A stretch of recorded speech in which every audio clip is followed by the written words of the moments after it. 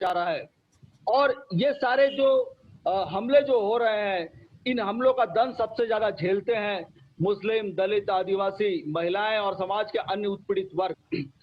दलित और आदिवासी महिलाएं आज की तारीख में उन पर यौन अत्याचार हो रहे हैं, गैंगरेप हो रहे हैं उनके ऊपर में।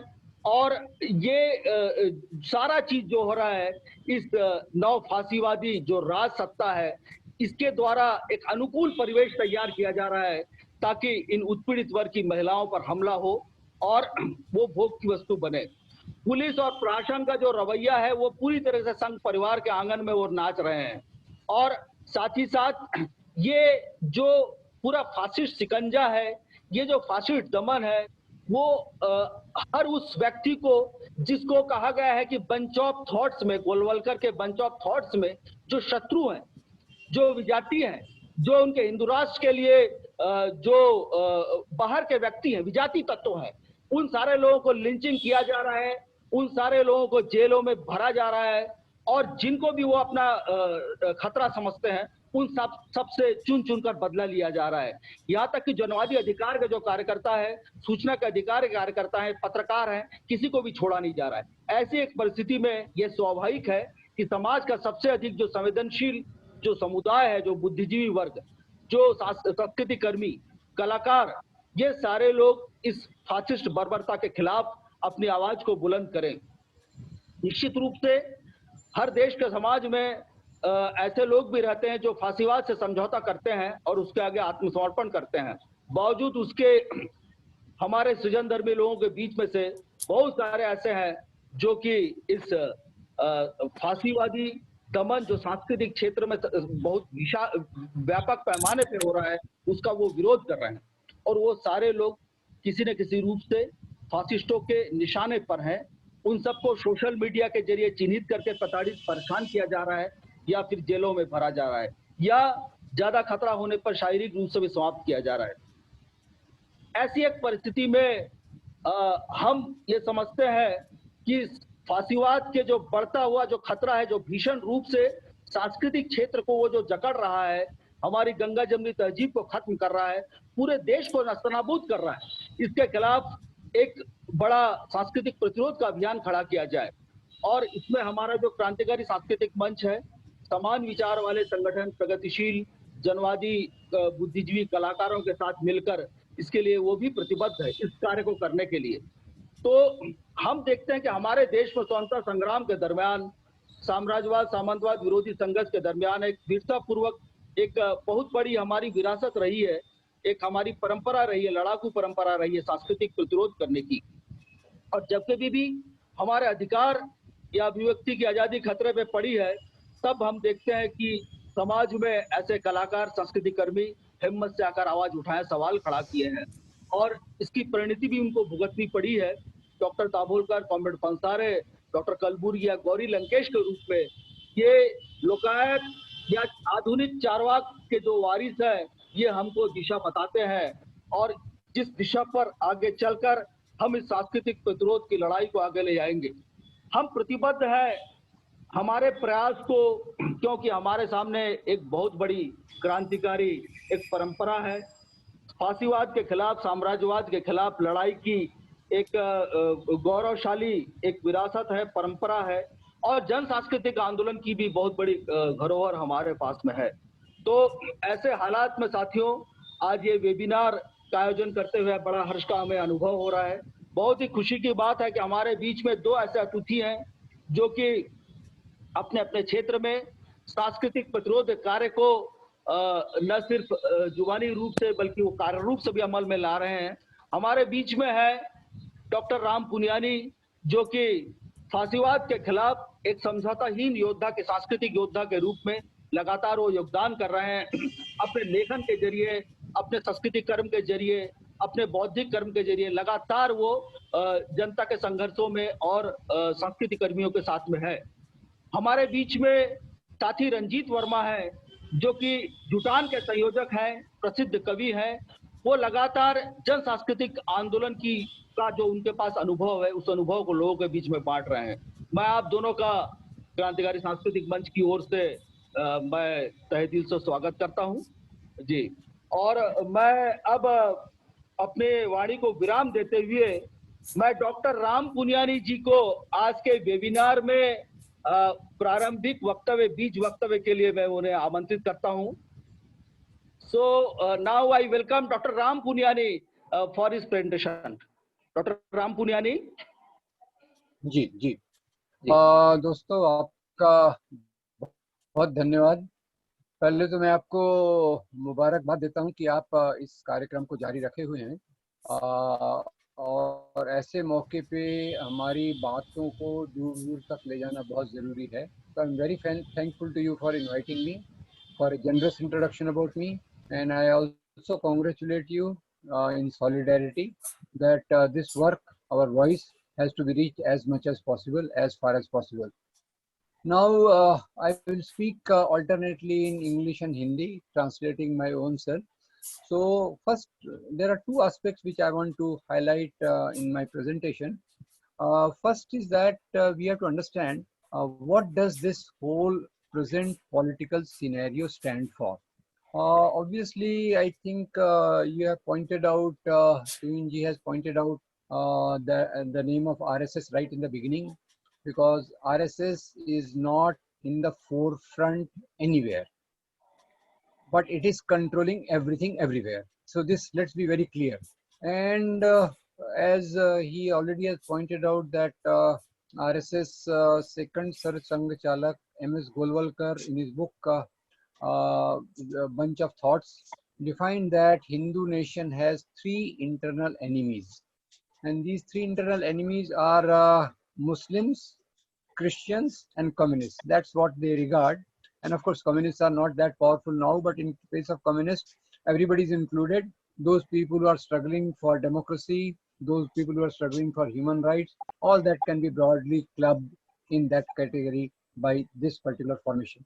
तो दोस्तों, आज तुहिन जी ने पहले ही बता दिया कि हम आज का जो खतरा है उसके पीछे की सबसे बड़ी जो ताकत है वो आरएसएस है। और ये कहना इसलिए महत्वपूर्ण है क्योंकि आरएसएस सामने से तो कहीं दिखाई नहीं देता, पर पूरी प्रक्रियाओं के पीछे वो सबका नियंत्रण जिस प्रकार से कर रहा है वो काफ़ी एक चालाक नियंत्रण है, और उसमें सभी हमारे राजनीतिक, सामाजिक, सांस्कृतिक सभी क्षेत्रों में उसकी एक घुसपैठ है। तो इसको पहले मैं देखने की कोशिश करूंगा कि आज जो हमारे समाज में परिस्थिति चल रही है और वो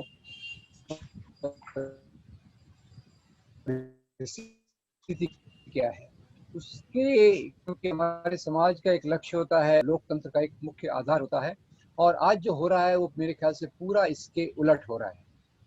जहाँ तक समानता का सवाल है, समानता तो कहीं किसी भी आधार पे हम नहीं कह सकते कि हम समानता के ओर जा रहे हैं। अलग अलग धर्मों के बीच की विषमता है, उसमें हिंदुओं को प्राधान्य दिया जा रहा है, पर ये भी बात ये रखिए कि ये सभी हिंदुओं को प्राधान्य नहीं दिया जा रहा। और दूसरा फिर जो बंधुता की भावना है, परिवार की भावना है पूरे देश के लिए, उसको भी समाप्त किया जा रहा है। और तीसरा, बराबरी के लिए जो हमें समाज के विकास की प्रक्रिया को लाना चाहिए उसकी भी हमको कहीं जगह नहीं दिख रही। So what is happening today is that all our three major directions which our democracy gives, that we should be marching towards liberty, equality, fraternity, all these have been blocked, and whatever is going on is totally against that. And as Tuhinji pointed out, I will just re-emphasize that the goal of RSS is that of Hindu Rashtra, Hindu nation. This is in contrast to the goal of freedom movement which wanted to have a secular democratic socialist republic. Totally in contrast to that, RSS wants a Hindu nation. And in Hindu nation, MS Golwalkar defined in his book, The Bunch of Thoughts, that Hindu nation has three internal enemies, and these are communists, Muslims, and Christians. Of course, the order I am changing, he puts Muslims first, then Christians, and then communists. Of course, communists are not so much strong as they were immediately after the independence, but in this communist group, they also include all those who are struggling for human rights, all those who are talking of democracy, all those who are talking of freedom of expression, all those who want to have a society free from injustices, they are all clubbed in the category of communists. And of course, they have also devised a new terminology, that is urban Naxal. So this is their primary goal. So briefly, what has happened during last few years? Let's see. Recently, you will all be remembering that one of the greatest movements after independence came up, and that was Shaheen Bagh movement. Shaheen Bagh movement was, in a sort of a way, a protest against the total policies of this government. Total policies, I mean, of course, it was precipitated by CAA, Citizenship Amendment Act. It was precipitated by that. But believe me, it was a suppressed anger of last many decades in which the Muslim community was being gradually pushed into the corner. And when Shaheen Bagh became a real great movement all over the country, of course, unfortunately, Corona struck. And in addition to Corona struck, the thing of communal violence was orchestrated in Delhi, in which 38 Muslims died and 13 Hindus died. Majority of the loss of property was that of Muslims. So this was one thing of which we saw recently. तो अभी जो इतने दिनों में हुआ है उसमें मैं आखिरी घटना से शुरुआत करना चाहता हूँ। शाहीन बाग नाम का एक बहुत महान आंदोलन जो सिटीजनशिप अमेंडमेंट एक्ट के खिलाफ हुआ।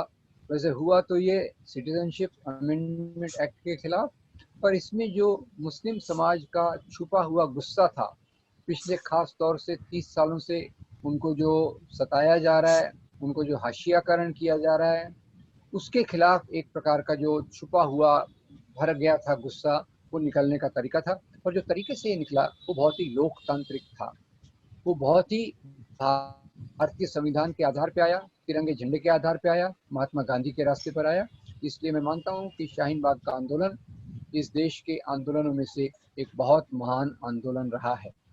उसके बाद दुर्भाग्यवश कोरोना की समस्या आई और कोरोना की समस्या के साथ साथ दिल्ली के दंगे करवाए गए, जिनमें करीब 38 मुसलमानों की बहुत सारी प्रॉपर्टीज खत्म किए गए, 13 हिंदू भी मारे गए। उस पर मैं बाद में आऊँगा। खैर, तो ये एक घटना थी। दूसरी घटना, हमारे प्रधानमंत्री बहुत धार्मिक वेशभूषा में गए और उन्होंने भगवान राम के मंदिर का शिलान्यास पूजा किया। और उसमें मुझे एक घटना की याद आई कि आज़ादी के बाद जब हमें आज़ादी मिली तो कई लोगों ने ये बात सामने रखी कि सोमनाथ के मंदिर को एक विदेशी महमूद गजनवी ने तोड़ा था, सरकार ने इस मंदिर को बनाना चाहिए। तो गांधी उस समय जिंदा थे, उन्होंने कहा मंदिर बनाना ये सरकार का काम नहीं है, समाज सक्षम है कि वो अपना मंदिर खुद बना ले। और तो ये मैं दो परिस्थितियों के बारे में आपको बताना चाहता हूँ कि हम कहाँ से शुरुआत हुए। उस जगह से शुरुआत हुए जहाँ मंदिर के निर्माण को सरकार का काम नहीं समझा गया, और हम आज उस जगह पर आ गए हैं जहाँ हमारे प्रधानमंत्री पूरी धार्मिक तौर तरीके से जाकर राम मंदिर का शिलान्यास करते हैं। तो friends, the second point I want to make is about this land breaking ceremony of Ram temple by our Prime Minister, who in a very religious dress, in a very pious looking mood, went and laid the foundation of Ram temple. That reminded me of immediately after independence, when many people demanded us that we should go for government should go for reconstruction of Somnath temple.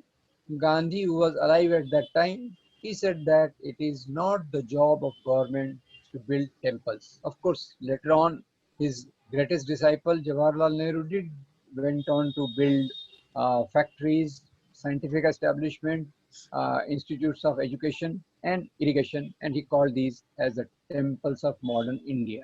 So we have a great climb down from when we got independence and when we had a particular path of development charted out for us, to present where the path of development is missing, and what is being brought forward are the identity issues. Not only Ram temple, we also saw issues related to cow, beef, number of lynchings, lot of violence in the society in the name of love jihad, ghar wapsi, and all those issues. So times have changed, and in place of development, we are seeing a rapid economic decline of the downward sections of the society when the elite, the corporate sector is making heavy profits or running away from the country after making heavy plunder from here and there. तो आज आज़ादी के समय से चलकर जहां महात्मा गांधी और पंडित नेहरू ने सरकार की तरफ से मंदिर बनाने का विरोध किया, उससे हम ऐसी परिस्थिति में आ गए हैं जहां आज हमारे प्रधानमंत्री मंदिर का उद्घाटन करते हैं और ऐसे मुद्दों को सामने लाया गया है जो जैसे गौ हमारी माता है, गोमांस का मुद्दा, लव जिहाद का मुद्दा, घर वापसी का मुद्दा, ये सामने आए हैं। इसी के साथ साथ विकास की प्रक्रिया को एक विराम दिया गया है, जहां एक तरफ लोगों की आर्थिक, सामाजिक, राजनीतिक परिस्थिति बिगड़ रही है, वहीं कॉरपोरेट जगत की जो पूरी ताकत है, आर्थिक ताकत, वो पहले से कई गुना बढ़ रही है। और इसी के साथ हम देखेंगे कि ये दो प्रकार की राजनीति में मैं आपके साथ ये समझना चाहूँगा कि आखिर आरएसएस का एजेंडा क्या है। आरएसएस का एजेंडा केवल एक शब्द के रूप में मैं नहीं समझना चाहूँगा, मैं ये बताना चाहूँगा कि आरएसएस का उगम कैसे हुआ, ये कैसे आई और किन सिद्धांतों को लेकर सामने आई। उसके लिए थोड़ा सा हमें जाना पड़ेगा आज़ादी के आंदोलन के दौरान। और दो चीज़ें मैं यहाँ कह दूं कि एक तो भारत में उस समय अंग्रेजी राज था। अंग्रेज़ों ने यहाँ जो लूट खसोट मचा रखी थी, उसका एक ही उदाहरण मैं दूंगा। जब अंग्रेज़ यहाँ आए व्यापार के नाम पर, तो पूरी दुनिया के जीडीपी में भारत का योगदान 23% था, और जब अंग्रेज़ यहाँ से गए तो भारत का योगदान पूरी दुनिया के जीडीपी में 3% हो गया। तो ये बात याद रखिए, अंग्रेज़ों का यहाँ आना और अंग्रेज़ों के आने के साथ साथ यहाँ कुछ जो परिवर्तन लाए गए लूटपाट करने के लिए, आधुनिक एडमिनिस्ट्रेशन के लिए, उसमें 3 परिवर्तनों को याद रखिए। पहला ट्रांसपोर्ट, रेल; दूसरा communication, telephone, telegraph, postal system, mail; तीसरा आधुनिक शिक्षा, आधुनिक न्याय व्यवस्था, आधुनिक पनिशमेंट सिस्टम, जिसकी परिणति जेल। तो ये 3 शब्दों में मैं इसको याद रखता हूँ, rail, mail and jail. The foundations of RSS are important to understand because in this we understand the agenda of a particular social group. So when British came here, they came in the name of trade. They came in the name of trade, and they ruled and they plundered. When the British came, at that time, the contribution of India's GDP in the global GDP was 23%. And when they left the country, India's GDP had come down to 3%. Now, in order to rule and plunder the country, British brought some 3 major changes, which I understand as number 1, railways; number 2, transport, communication, telephone, telegraph, postal system, which I understand as mail; and third is modern education, modern judiciary, and the modern punity system leading one to jail. So rail, mail and jail, these are 3 major changes brought in by the British. Now with this, 3 new social classes came up. What are these 3 social classes?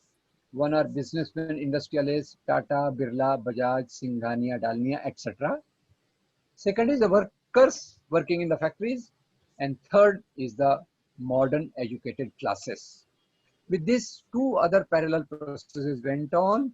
One was introduction of education to the Dalits and women, and 5th one, the process of social reform. So these were the changes which I call as the changes of rising classes, and this process was described by many later as India as the nation in the making.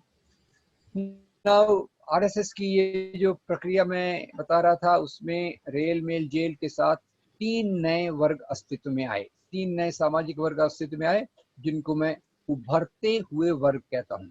ये उभरते हुए वर्ग कौन है? उभरते हुए वर्ग ये हैं व्यापारी, उद्योगपति, पूंजीपति, मजदूर वर्ग और आधुनिक शिक्षित वर्ग। अब ये इनके ऊपर आने से जो पुराने शासक वर्ग थे, राजा, नवाब, जमींदार, जागीरदार, इनका सामाजिक, आर्थिक, राजनीतिक वर्चस्व ये पहले से कमजोर होने लग गया। और इस कमजोर होने के कारण उन्होंने एक अपने अधिकारों को बचाने के लिए धर्म के आवरण का इस्तेमाल किया। अगर हम ये बात समझ लें कि धर्म के आवरण का इस्तेमाल किसने किया और किसने नहीं किया, ये समझने के लिए मैं बताना चाहूँगा। तो जो पुराने शासक वर्ग थे वो कमज़ोर होने लग गए। जब ये कमज़ोर होने लग गए तो बड़ी चालाकी से इसमें जो मुस्लिम कॉम्पोनेंट, मुस्लिम राजा नवाब थे, उन्होंने कहा इस्लाम खतरे में है। और जो हिंदू राजा जमींदार थे, उन्होंने कहा हिंदू धर्म खतरे में है।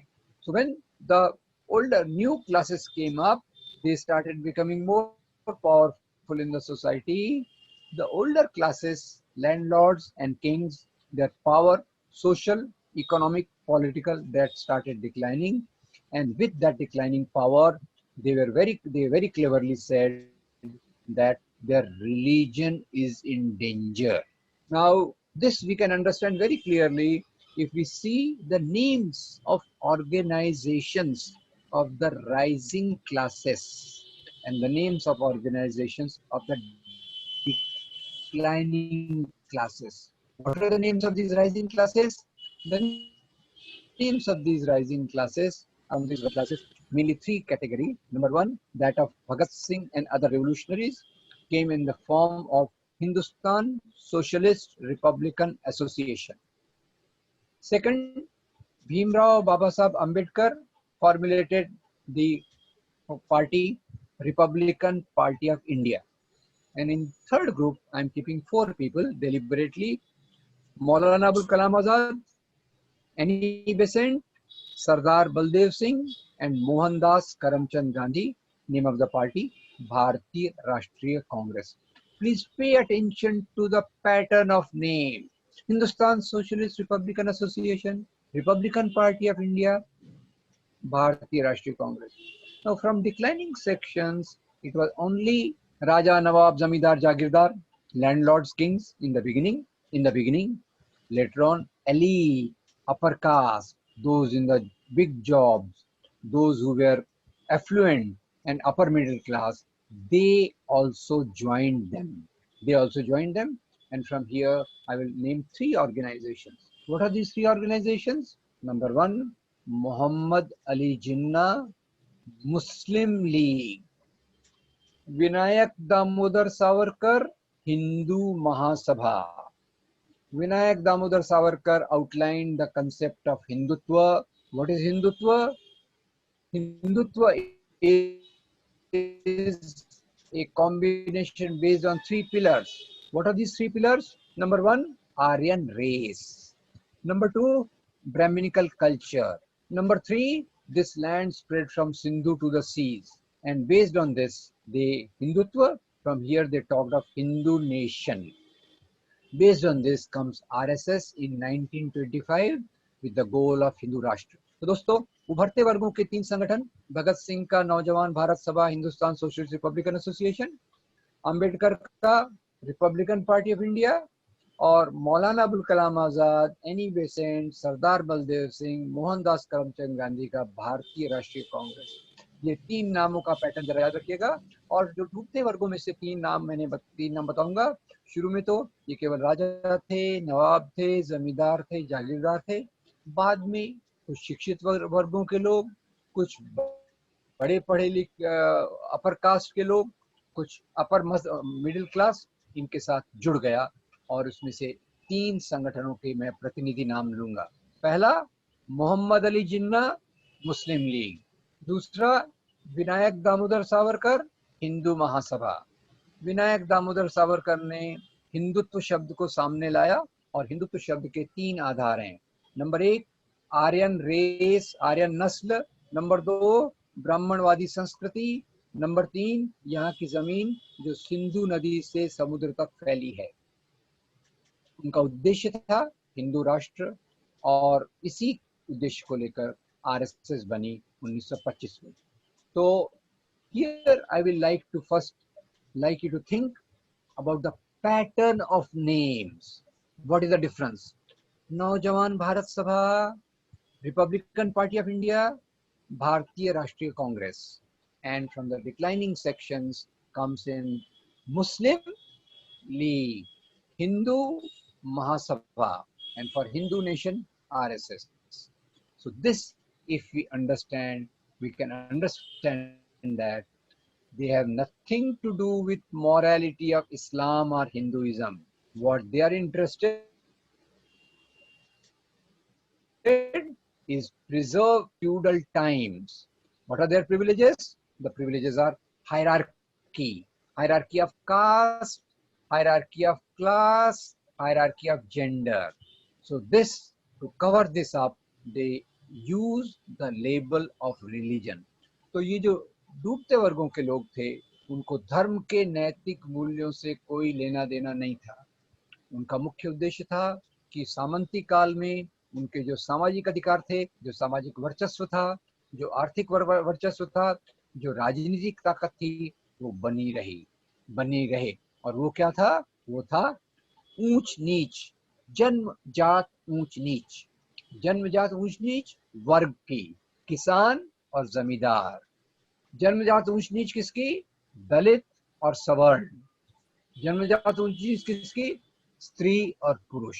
तो मुख्य रूप से जो मैं ये बैकग्राउंड दे रहा हूँ आरएसएस से जुड़े संगठनों का, मैं आपके सामने एक बात अंडरलाइन करना चाहता हूँ, रेखांकित करना चाहता हूँ कि आरएसएस का हिंदू धर्म के नैतिक मूल्यों से कोई लेना देना नहीं है। इसका हिंदू धर्म वास्तव में ये ब्राह्मणवादी मूल्यों का नया नाम है, ब्राह्मणवादी संस्कृति का नया आवरण है। So this particular point we have to understand that organizations in the name of religion, they are primarily wedded to the feudal values of hierarchy.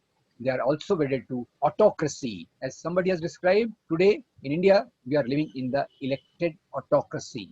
So we are living in elected autocracy. So this is the basic point which we have to understand. Anyway, coming to the politics, of course, the rising classes, the rising organizations contributed to making of the modern India. And the culmination of this came in the form of Indian Constitution. And if we want to understand this, we have to see the contrast between two people. One person from the rising classes ideology, Ambedkar. One person from the declining classes ideology, K. Sudarshan. Ambedkar in his life undertook many struggles for elimination of caste, annihilation of caste, social equality, social parity, and in that finally it led him to burn a book.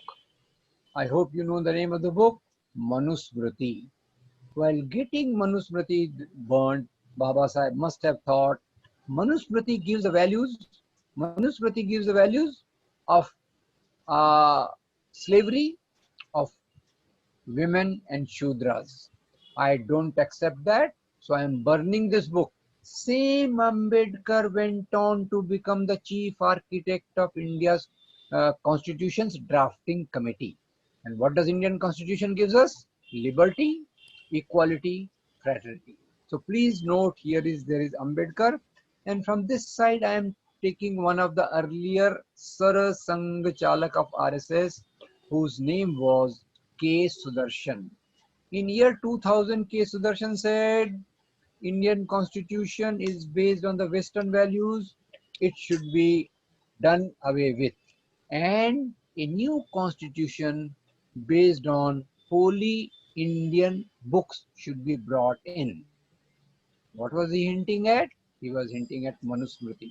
तो अगर इन दो प्रकार के उभरते वर्गों के, डूबते वर्गों के मूल्यों को देखना हो, तो प्रतिनिधि के रूप में मैं एक तरफ लूंगा भीमराव बाबा साहब अम्बेडकर को, दूसरी तरफ लूंगा के सुदर्शन को, जो आरएसएस के सरसंघ चालक थे।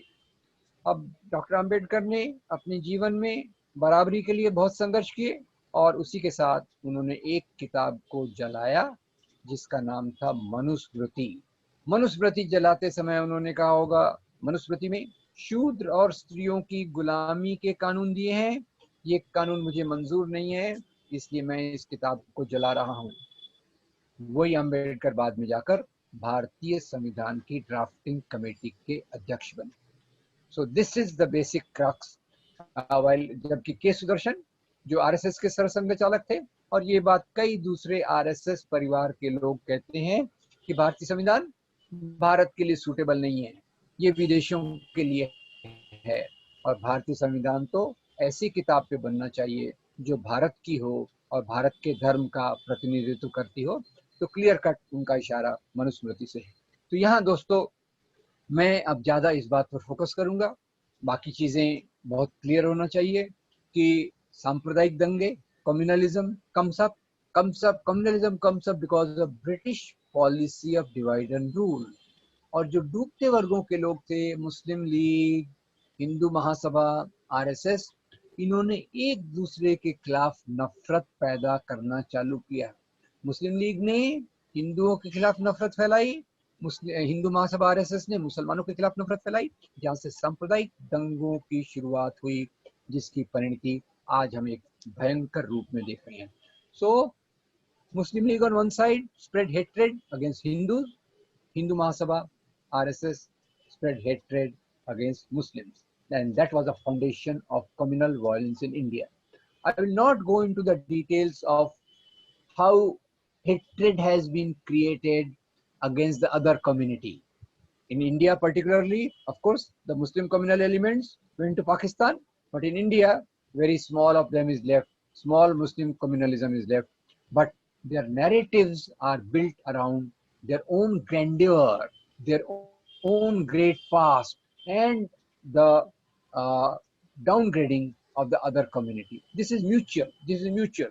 But of course, Muslim League did this job in a very dirty fashion in Pakistan, and we see the fate of Pakistan. In India, RSS and other continued, and based on temple destruction, conversion. I'll not take these topics in detail. I'll request you. I have covered this in many of my videos. Sorry to say that, and many other brilliant literature is available on this from great historians of India. You can refer to that. So, conversion, temple destruction, large families. This has been the one of the few mainstays of propaganda against minorities, which created hatred. And that also goes to the medieval times, that Muslim kings were attackers, they were foreigners, they etc etc. While medieval period, if you see, was a period of greatest synthesis between different religious communities, Hindus and Muslims, Hindus and Christians, and some of this, of course, Christians are small in number, so I will not go into that. This was described by Jawaharlal Nehru in his book Discovery of India as Ganga Jamuni Tehzeeb. So ये जो बात हुई, एक तरफ से मुस्लिम league ने हिंदुओं के खिलाफ नफरत फैलाई, हिंदू महासभा आरएसएस ने मुसलमानों के खिलाफ नफरत फैलाई, और यहाँ से दंगों की एक प्रक्रिया चालू हो गई, जो आज बहुत भयंकर रूप में पूरे देश में देखने को मिलती है। अब मैं इस बात पर आता हूँ कि ये बात भारत देश कैसे बना, भारत राष्ट्र कैसे बना, उसमें क्रांतिकारियों का योगदान, उसमें दलित वर्ग, महिलाओं का योगदान, और पूरे भारत को जोड़ने में महात्मा गांधी की प्रक्रिया का ये हमको याद रखना जरूरी है। So how India came to become India, this is the process where Dalits, women, workers, Adivasis, by participating in the anti-British movement, made a modern India. Now, RSS on the other side kept aloof from the freedom movement. They did not participate in the freedom movement because freedom movement was for secular democratic India. And what does RSS want? RSS wants Hindu nation. तो आज़ादी के आंदोलन से RSS दूर रही। क्यों? क्योंकि ये आज़ादी का आंदोलन था, आज़ादी का आंदोलन था, धर्मनिरपेक्ष लोकतांत्रिक भारत के लिए था, और आरएसएस को हिंदू राष्ट्र चाहिए था। खैर बाद में पार्टीशन की प्रक्रिया हुई, महात्मा गांधी का मर्डर हुआ, और इधर से आरएसएस ने क्या किया ये हम समझने की कोशिश करेंगे। तो RSS kept aloof from freedom movement mainly as it wanted a Hindu nation, while freedom movement was for secular democratic India. Now meanwhile, what did RSS do? RSS created a narrative of Hindu nation. What was this narrative? This narrative was given to all those coming to the RSS shakhas, and boys between 5 years to 15 years, they were given this indoctrination. They were taken as Swayam Sevaks and they passed out as Pracharaks. Now the narrative was that Hindu nation is from the ancient times. Ancient times was a glorious golden period of Hindu nation. Of course, Manusmriti was there, but they call it glorious. And all castes were equal, women were respected, but the problem came because of the Muslims coming here and later on the Christian coming here.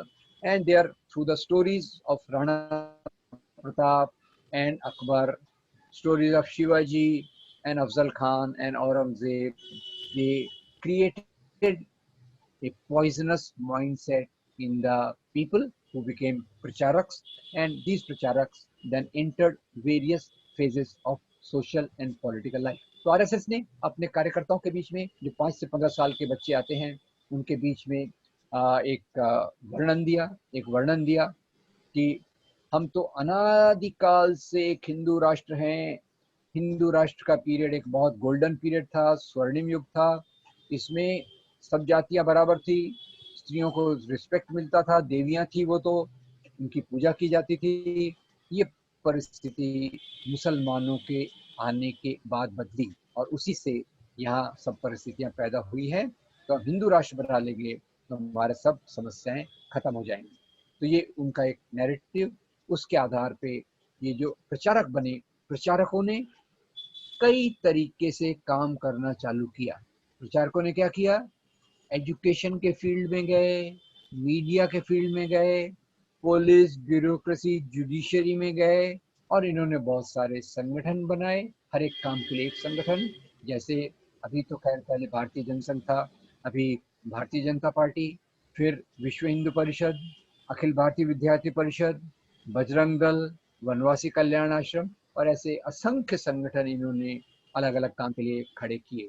So this RSS, it trained its pracharaks, and these pracharaks in turn went into different fields of life and they entered education, media, police, bureaucracy, judiciary, and they also floated organizations like ABVP, BJP, earlier there was Bharatiya Janasangh, now BJP, Vishwa Hindu Parishad, Bajrang Dal, etc., etc. So these, what we are finding today, in a way, is their march from last 95 years. In these 95 years, they are given a uniform picture of Hindu society. Their main goal has been to unite the Hindu society by keeping the caste inequality. तो पिछले 90-95 सालों में RSS ने जो काम किया, इसका मुख्य उद्देश्य था हिंदू एकता लाई जाए, उसकी जाति ऊंच नीच को रखते हुए। और दूसरा उनका जो बड़ा काम था, ये एक प्रोपेगेंडा किया जाए कि 14% मुसलमान और 2% ईसाई, ये 80% हिंदू समाज के लिए एक खतरा है। So the main job which they have done during last 90 years is a slow infiltration into the system which has changed the direction of our culture. And in this slow infiltration, they have not left any area: education, media, judiciary, police, bureaucracy, etc., etc. And their biggest success has been to create a fear of 14% Muslims and 2% Hindus. Their basic goal has been to bring in Hindu unity by maintaining the caste inequality. Now, this is a situation which we are living today. Now, point is, how do we resistance? What will be the culture of resistance which can help us come out of this situation? तो दोस्तों, पिछले 90-95 सालों में उन्होंने जिस प्रकार से समाज के हर एक क्षेत्र में अपनी घुसपैठ बनाई है, अपना उन्होंने जो वर्णन है उसको लोकप्रिय बनाया है, मुसलमानों के लिए नफरत पैदा की है, ईसाइयों के लिए नफरत पैदा की है, जो लोकतांत्रिक एलिमेंट्स हैं उनके लिए नफरत पैदा की है, और एक ऐसे प्रकार के सांस्कृतिक माहौल में हमको ढकेला जा रहा है जहां संकीर्णता ये सर्वोपरि है। ये पिछले 90-95 साल के काम में उन्होंने हमें ऐसी परिस्थिति में ला दिया है कि जहाँ उनके द्वारा बनाए गए संगठन इस प्रकार से काम करते हैं, और उन संगठनों का मुकाबला किस प्रकार से किया जाए ये हमें सोचने की जरूरत है। मैं इसमें कुछ सुझाव देना चाहूँगा, क्योंकि मुख्य रूप से एक कल्चर ऑफ रेजिस्टेंस, प्रतिरोध की संस्कृति, ये हमारे लिए बहुत इंपॉर्टेंट रही है। और हमारे पास एक जो नैरेटिव है, हमारे पास जो वर्णन है वो उतना लोकप्रिय नहीं हो पाया। हमारे पास कौन सा वर्णन है कि यहाँ की जो सामंती व्यवस्था भी ऊंच नीच के खिलाफ संतों ने आवाज उठाई, कबीर, तुकाराम, नामदेव, यहाँ की जो ऊंच नीच की व्यवस्था थी उसके खिलाफ सूफी संतों ने आवाज उठाई। वहां से चलकर आजादी के आंदोलन तक महात्मा गांधी, मौलाना अबुल कलाम आजाद, इन्होंने जो एक योगदान दिया और इन्होंने जो भारतीयता को खड़ा किया धर्म की सीमाओं से ऊपर, कि हम एक भारतीय हैं और मेल जोल हमारी परंपरा का भाग है। So the narrative which we have not been able to popularize is that of Sufi tradition, that of Bhakti tradition, which fought against social inequality, which fought against the caste system in a subtle way, using the language of religion itself, which fought against the hegemony of dharma gurus and landlords in a particular way. That narrative, from there to the contribution of Mahatma Gandhi, Maulana Abul Kalam Azad, who united the country, cutting across the religious boundaries. Religion did not become a boundary, it became a uniting point. So that narrative has got lost out. So in struggling against this rising intolerance, rising sectarianism, rising homogenization of communities, and putting under the carpet the lack of human dignity of Dalits, women, Adivasis, and workers, we have to create another culture of resistance. तो इस समय जो प्रक्रिया चल रही है उसमें एक तरफ लोकतांत्रिक मूल्य और दलित, महिला, मजदूर, आदिवासियों के अधिकारों को जो दबाने की कोशिश चल रही है, इसके खिलाफ एक संस्कृति को हमको एक संस्कृति को तैयार करना पड़ेगा, उसके लिए काम करना पड़ेगा। और उसके लिए मैं 4 स्टेप्स बताकर अपनी बात को समाप्त करूंगा। ये 4 स्टेप्स क्या हैं? सबसे पहले जो ध्रुवीकरण ये सत्ता में आए हैं उसका आधार है सांप्रदायिक दंगे। सांप्रदायिक दंगों के आधार पे ध्रुवीकरण होता है। ध्रुवीकरण से ये पार्टी मजबूत होती रही है, ये पार्टी के पीछे वो संगठन और ज्यादा मजबूत होता रहा है। तो first thing which we have to keep in mind is the type of communal violence which has been orchestrated all through, because of which there is polarization, and because of polarization this communal party becomes stronger and its parent organization becomes also stronger. That is number 1. Number 2, how this is created? By spreading misconceptions about temple destruction, misconceptions about conversion, misconceptions about law, personal laws, misconceptions about family sizes, misconceptions about terrorism, etc. etc. तो जो नफरत खड़ी की गई है, जो दंगों का आधार है, वो एक ये जो मिथक गलत प्रोपेगेंडा के आधार पे एक इस पूरा को खड़ा किया गया है। तो उसका मुकाबला करने के लिए हमें सबसे पहले तो उन चीजों की सच्चाई को समझ के लोगों को लोगों तक ये बात पहुंचाना जरूरी है। तो removing the misconceptions about temple destruction and conversion and polygamy and reality of terrorism because of the oil and all that, this we have to take to the people. Number 2, the culture of people, the culture which unites them has to be promoted, and this may be the social aspects of religions, this may be the common festivals which may not be the social aspects of religious festivals, and the type of culture which came up, which united the people during freedom movement by remembering Bhagat Singh, particularly Ambedkar, Gandhi, their contributions in a very creative form. We have to take it to the people. So my appeal, friends, is that today things have become very, they are going from bad to worse. And unless we wake up in time, initiate our movement very powerfully, we may not be able to do it again after few years. तो दोस्तों, आज जिस चीज़ की ज़रूरत है, समाज के जो कमज़ोर तबके हैं उनके खिलाफ जो नफरत है उसको दूर करने के लिए काम करने की ज़रूरत है। जो गलत समझ फैलाई गई है उस गलत समझ को एक सही प्रकार की चीज़ें लोगों तक ले जाना ज़रूरी है, और इसके लिए हमें बहुत प्रयत्न करना पड़ेगा। इसके लिए बहुत सारे अच्छी आनंद पटवर्धन की अच्छी डॉक्यूमेंट्रीज हैं, राकेश शर्मा की डॉक्यूमेंट्रीज हैं, कुछ और वीडियोस हैं, कुछ और साहित्य है, पोस्टर्स है, फिल्में हैं, नुक्कड़ नाटक है।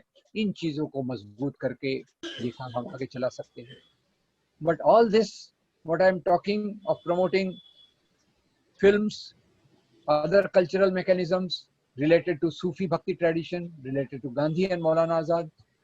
For that, we need it to train young volunteers in the values of humanism, in the values which unite the country as a single community.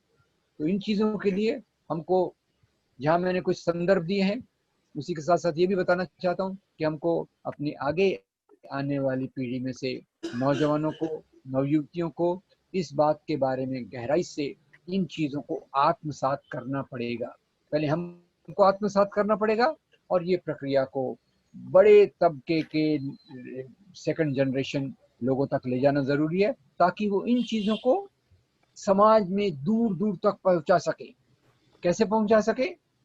गीतों का माध्यम है, नुक्कड़ नाटक का माध्यम है, फिल्मों का माध्यम है, बातचीत का माध्यम है।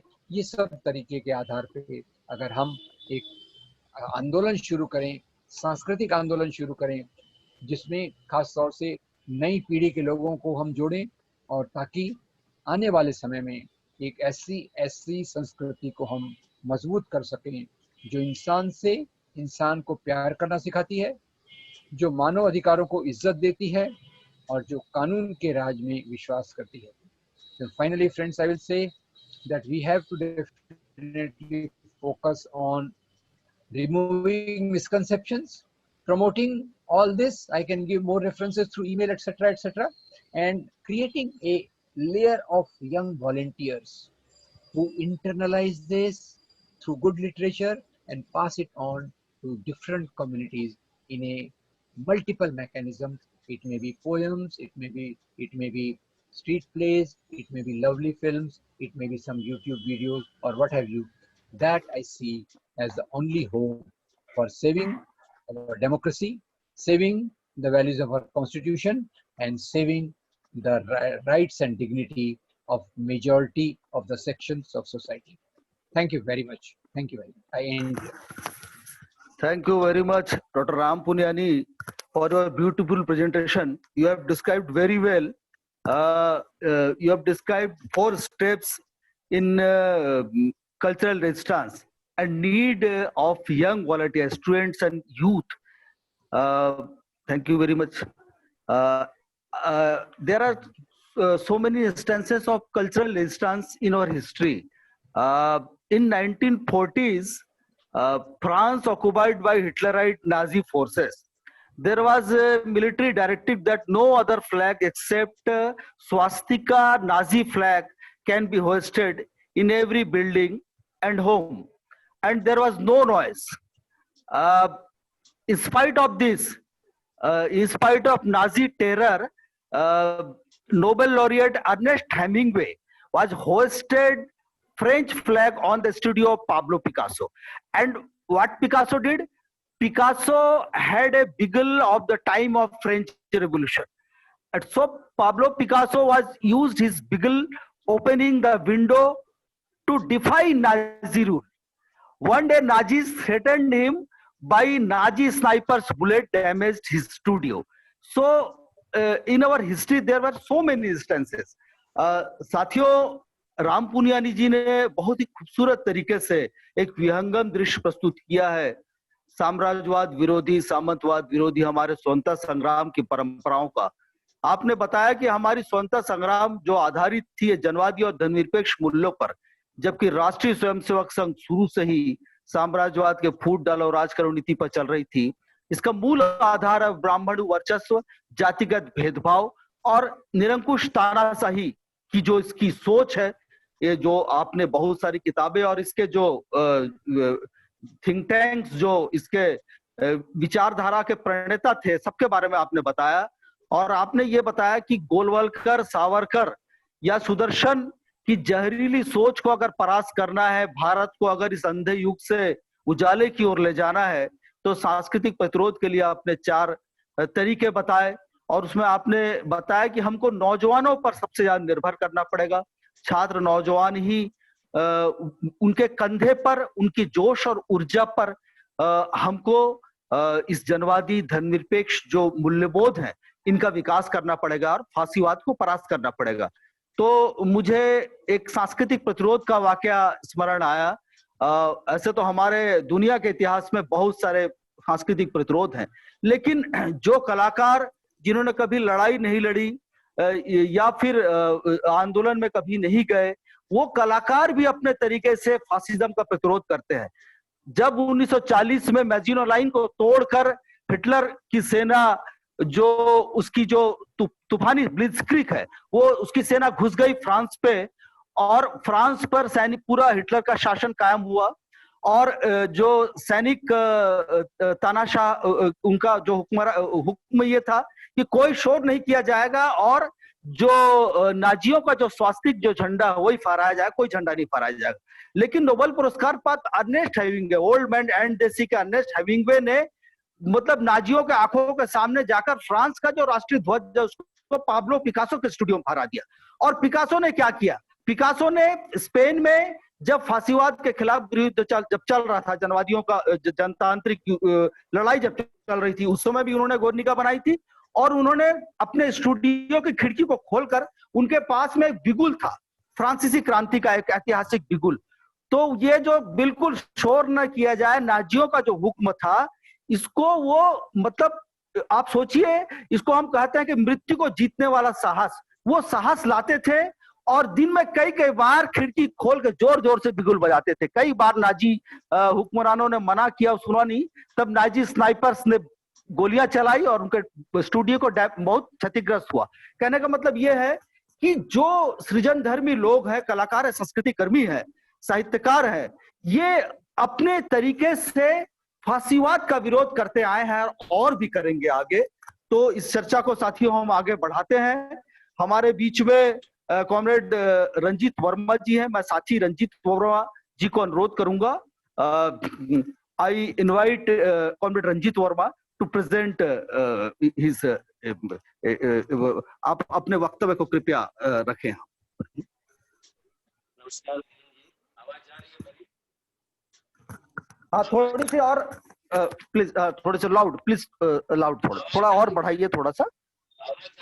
हाँ हाँ, आवाज आ रही है, थोड़ा सा और बढ़ाइए थोड़ा वॉल्यूम को। हेलो, हाँ आ रही जी, प्लीज प्लीज कैरी ऑन। हाँ ओके।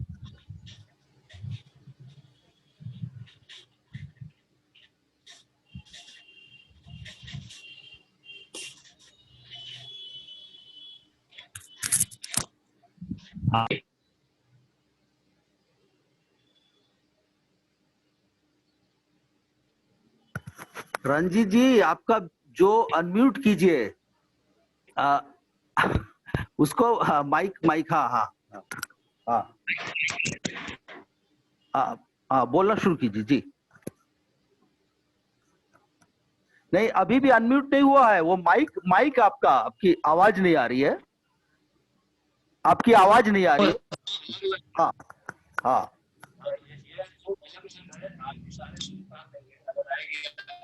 हाँ, शुरू कीजिए।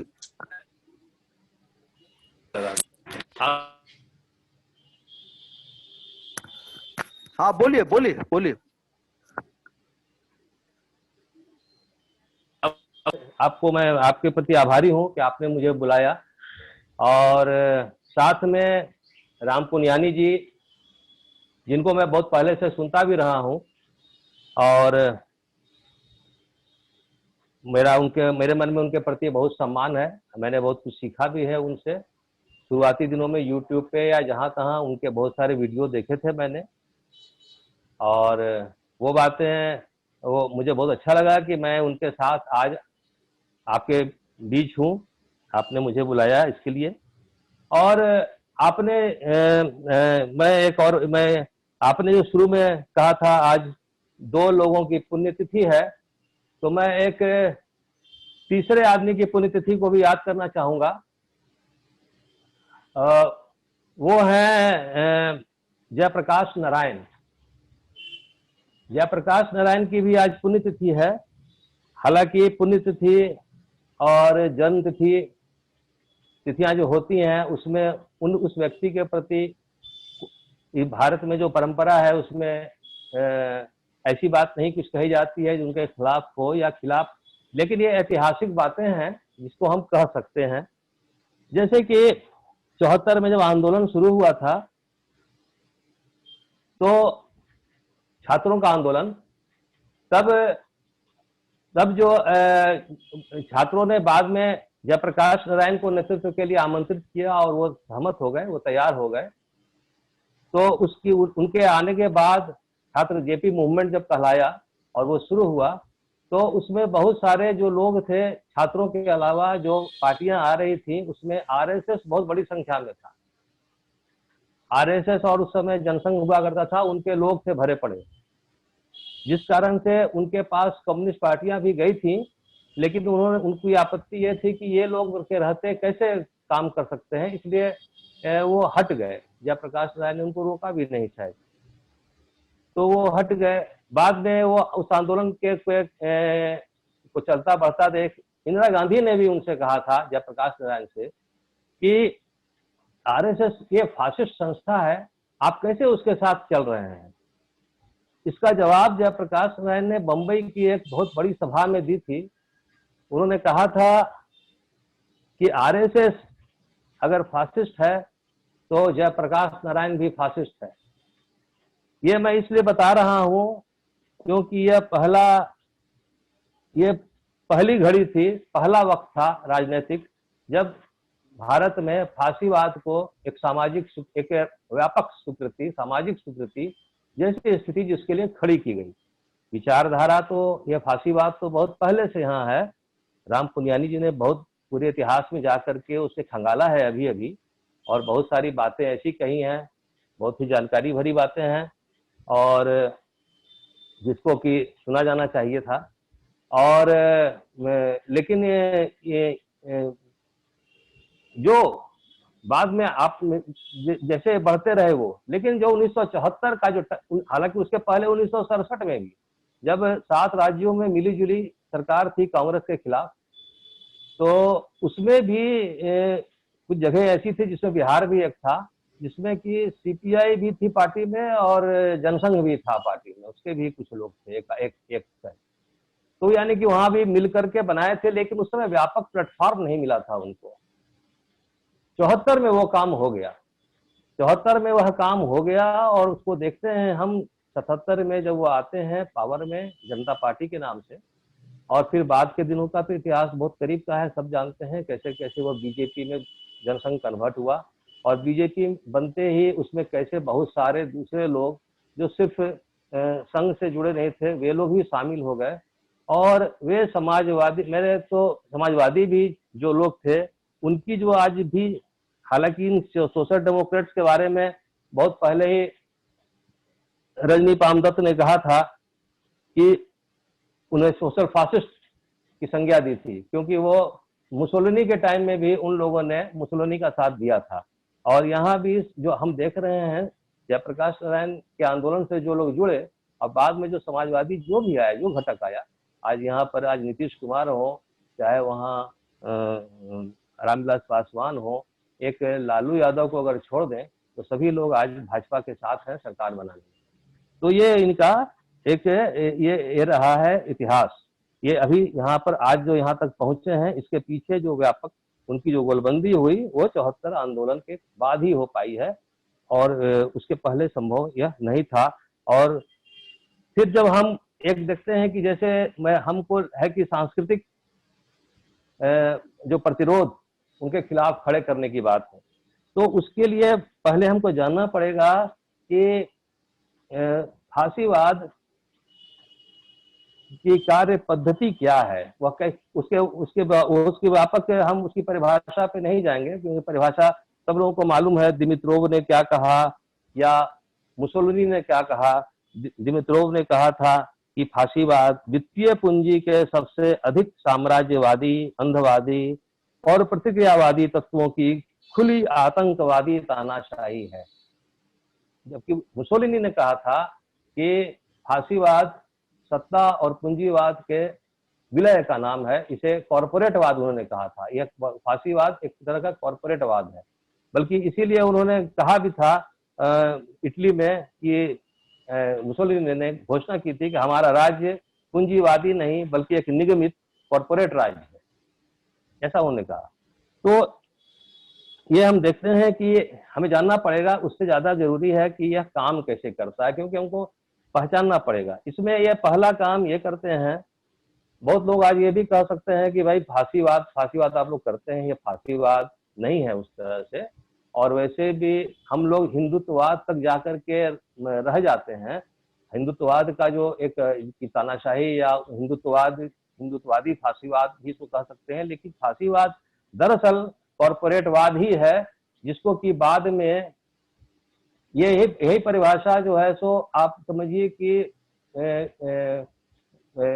वेबस्टर डिक्शनरी या किसी डिक्शनरी में भी था, जबकि उसको किसी पूंजीपति ने खरीदा उस डिक्शनरी को 1987-88 में, तो उसने कॉरपोरेटवाद सब को हटा दिया था वहां से। तो खैर, लेकिन वो है, तो इसके लिए हमको जानना पड़ेगा कि फांसीवाद किस तरह से काम करता है, तो उसके कार्य पद्धति क्या है। उसको अगर हम नहीं समझेंगे तो जाहिर तौर पर हम गलत भी नतीजों तक जा सकते हैं। जैसा कि तोगलियाती ने कहा है, तोगलियाती ने कहा कि इटली का हवाला देते हुए उसने कहा कि वहाँ जो दक्षिणपंथी जो बुद्धिजीवी थे वो सोचते थे कि फांसीवाद जो है वो बड़े पूंजीपतियों से सत्ता छीन कर निम्न पूंजीपतियों को सौंप देता है, और वो पूरा का पूरा एक गलत नरेशन में चले जाते हैं, गलत नैरेटिव तैयार करते हैं, जिस कारण से हम देखते हैं कि वहाँ जितने भी उन्होंने नाम गिनाए हैं, कुछ तुराती, त्रेवेश इत्यादि, जो लेखक जो है सो इसी तरह से इटली में लिखते हैं, और वो फांसीवाद का सही ढंग से मुकाबला नहीं कर पाते हैं। तो हमारे लिए यह जरूरी है जानना कि फांसीवाद काम कैसे करता है, उसकी कार्य पद्धति क्या है। इसके उदाहरण के लिए एक तो है, अगर हम इसको ऐसे कर देखें, शक्ति का केंद्रीकरण। यह शक्ति का केंद्रीकरण करता चलता है। जैसे कि आप देखेंगे कि यहाँ पर जितने भी संवैधानिक संस्थाएं थी, धीरे धीरे उनका खात्मा होता चला जा रहा है, वो पंगु होते जा रहे हैं। आज यहाँ पर जो स्थिति, सबसे पहले की बात जाने दीजिए, लेकिन जितने भी आपको याद आते हैं संसद से लेकर के, संसद में आज आप जिस तरह से पिछले दिनों 3 बिल पास किए गए राज्यसभा में, आप उसका उदाहरण भी देख सकते हैं। संसद की क्या ताकत रही, अब कुछ रही नहीं, और उसे कभी भी हाईजैक किया जा सकता है, और वो वहां पर लोकतंत्र आपका सुरक्षित नहीं है। अब सिर्फ भ्रम है लोकतंत्र का कि हम लोकतंत्र में रह रहे हैं, नहीं तो बाकी जो कानून हो रहा है वहां से पास हो रहा है, और आप उसको चुनौती भी कहीं नहीं दे सकते हैं, क्योंकि न्यायपालिका उसके पहले से घुटना टेक चुकी है। अब न्यायपालिका से आप वह उम्मीद नहीं कर सकते हैं, जैसी उम्मीद, वो तो बहुत बड़ी बात हुई। कल जो एक पढ़ रहा था मैं कि कल एक फैसला आया, वो ग्रीस में एथेंस कोर्ट ने फैसला दिया, जिसमें उसने कहा कि जो सत्ता में जो पार्टी थी 2019 में वो पार्टी हारी है, लेकिन 13 से लेकर 19 तक वो शासन में थे, और 13 से 19 तक के शासन में उन्होंने जो ज्यादतियां की थी, जो हत्याएं की थी, या जो अपराध किए थे, उसके लिए उसको वह दोषी पाया। यह एक यह कल की खबर है, जो बहुत बड़ी बात है। और ऐसे इस तरह के किसी भी फैसले, ये तो बहुत बड़ा फैसला है, इससे बहुत ही छोटा फैसला, मामूली फैसला भी हम अपने पक्ष में नहीं कर सकते हैं। यहाँ इस उम्मीद नहीं कर सकते हैं यहाँ के की अदालत से कि वह ऐसा कुछ करने जा रही है। ये न्यायपालिका, संसद, आपका जो तमाम जो चीजें हैं, आपका पुलिस तंत्र, आपका खुफिया एजेंसी जो सीबीआई काम करती है, जिस तरह से रिजर्व बैंक ऑफ बैंक। अच्छा, दूसरी बात, आपका जो है सो चुनाव आयोग, कोई किसी का कोई मतलब नहीं रहा अब, सब अपने ढंग से सब कुछ वो वहां पर सब पंगु हो चुका है।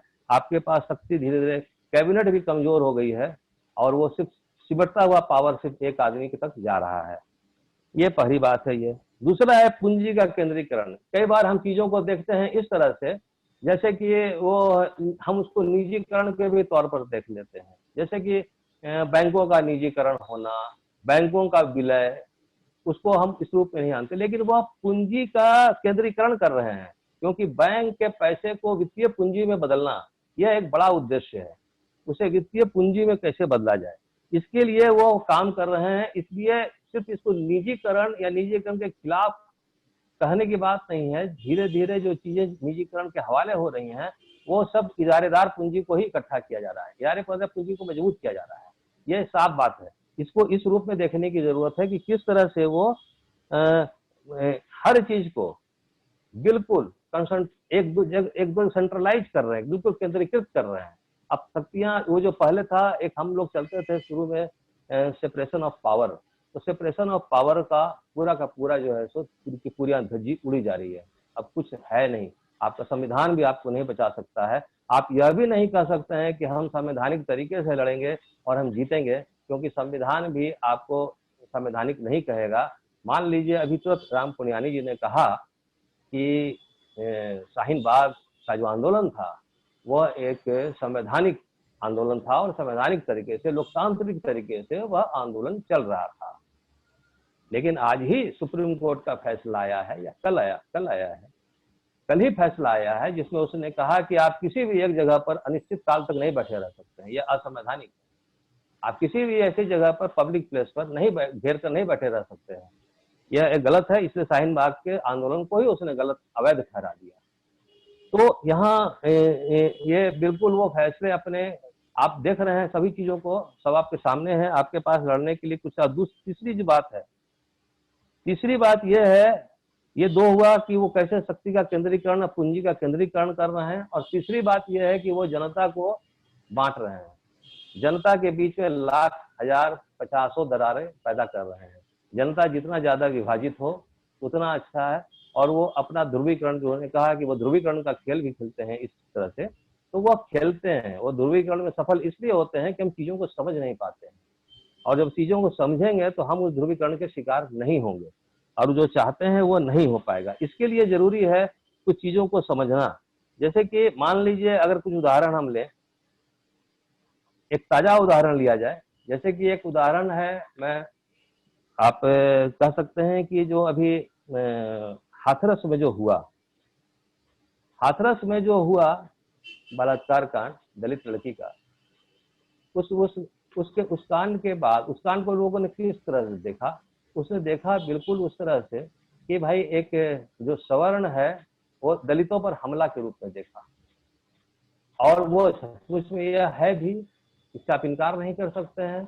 दलितों पर हमले लगातार बढ़ रहे हैं, और यह उत्तर प्रदेश में, जो अभी मेरे पास डाटा नहीं है, लेकिन वो डाटा अभी रिलीज किया है आपराधिक, क्या वो जो रिलीज करते हैं क्रिमिनल, जो क्राइम क्या है, जो उसमें उन्होंने कहा है कि 2014 या 13 से ही लगातार बढ़ता जा रहा है, या 2008 से ही, बहुत पहले से दिया है कि लगातार वो बढ़ता जा रहा है, हर साल बढ़ता गया है दलितों पर आपराधिक हमले, हत्या उनकी, बलात्कार या जो भी चीजें, वो वहां से बढ़ती हुई चली आई है, और 19 और तक और 20 में भी यह जारी है। यानी कि कहने का मतलब कि 2017 में जोगी जो के आने से पहले भी जो सरकारें थी, जिसमें कि जाहिर है कि वे सरकारें भी थी जो सपा की थी या बसपा की थी, उन सरकारों के समय भी दलितों पर हमले हो रहे थे। हम इसको अगर, और ये क्या कर रहा है आज के दिन में यह हो सकता है, ये सिर्फ आप देखेंगे कि हमले पहले भी होते थे, लेकिन ये हमलों के बाद जिस तरह से पूरे हमले की तस्वीर वीडियो उतार कर दिखलाई जाती है, उसका मकसद क्या है, उस मकसद को समझना होगा। इसके पीछे ये ऐसा नहीं कि कोई चोरी चोरी वीडियो बना रहा है, वो खुद बनवाते हैं। राम सिंगर खुद वीडियो बनाते हैं, वो खुद वीडियो बनवाते हैं, बनाते हैं और उसको रिलीज करते हैं ताकि लोग देखें और जाने। या कोई ऐसी चुपचाप घटना ना हो जो जाने नहीं। अगर चिता जल रही है तो पुलिस भी रोक भी रही है, तो जो कैमरे लगे हैं कैमरे को नहीं छीन छान रहा है, उसको देखने दे रहा है कि 2 रात में चिता जल रही है, तुम खींच लो भाई। तो क्योंकि यह चीजें वो दिखलाते भी हैं और इस चीजों का जो है सो वह प्रचार भी एक तरह से करते हैं, क्योंकि जो घटना घटती है उसका वो जो चाहते हुए ध्रुवीकरण वाला मामला है। ये सिर्फ धर्म के नाम पर नहीं हो रहा है, ये जात के नाम पर भी हो रहा है। ये सवर्ण और दलित, इसमें ये इस तरह से बांटना है उनको।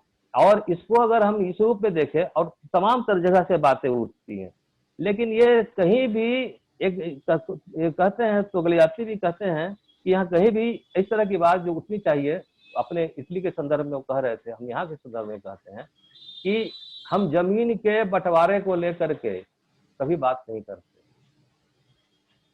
हम जात को लेकर के बात तो करते हैं, जबकि हम जानते हैं कि जाति में अगर दलितों के साथ जो हो रहा है उसमें ज्यादातर वे दलित हैं जो सर्वहारा हैं, उनके साथ ही हो रहा है। जो गरीब है, जो के पास, जिनके पास कुछ नहीं है, वो जो वहाँ जो बलात्कार किया वो जमीन का मालिक था ठाकुर, और जिस लड़की के साथ बलात्कार हुआ उसका पूरा परिवार उसके खेत मजदूर है। वहाँ जो भी लोग हैं हाथरस में, वो सब खेत मजदूर हैं और ऐसे ही काम करते हैं, उन्हीं खेतों में काम करते हैं, उनका अपना खेत भी, तो उन्हीं खेतों में काम करते हैं। अगर उनके जमीन को बांट दिया जाए, सरकार एक कांग्रेस के समय में एक चला था कि जमीन बांटा जाए, मान लीजिए भूदान या जैसा लेकर कुछ, तो दान वान की बात नहीं होनी चाहिए, हक की बात होनी चाहिए।